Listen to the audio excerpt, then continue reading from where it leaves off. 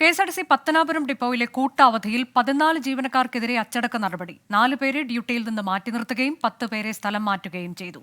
MG. Pratheesh വിവരങ്ങളുമായി. പ്രതീഷ്, കൂട്ടവധിയുടെ സാഹചര്യം എന്താണ്? അവർക്കെതിരെയുണ്ടായ നടപടിയുടെ വിവരങ്ങൾ.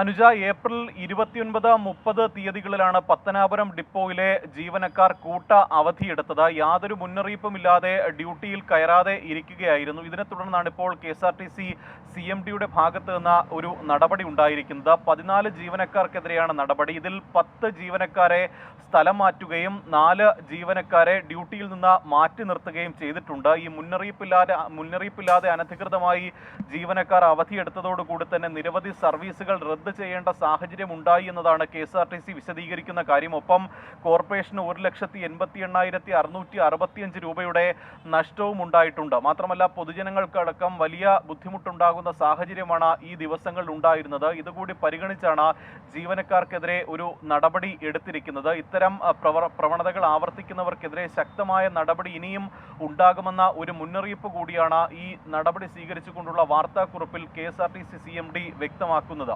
അനുജ, പത്തനാപുരം ഡിപ്പോയിലെ ജീവനക്കാരുടെ കൂട്ട അവധിക്കാണ് ഇപ്പോൾ KSRTCയിൽ നടപടിയുണ്ടായത്.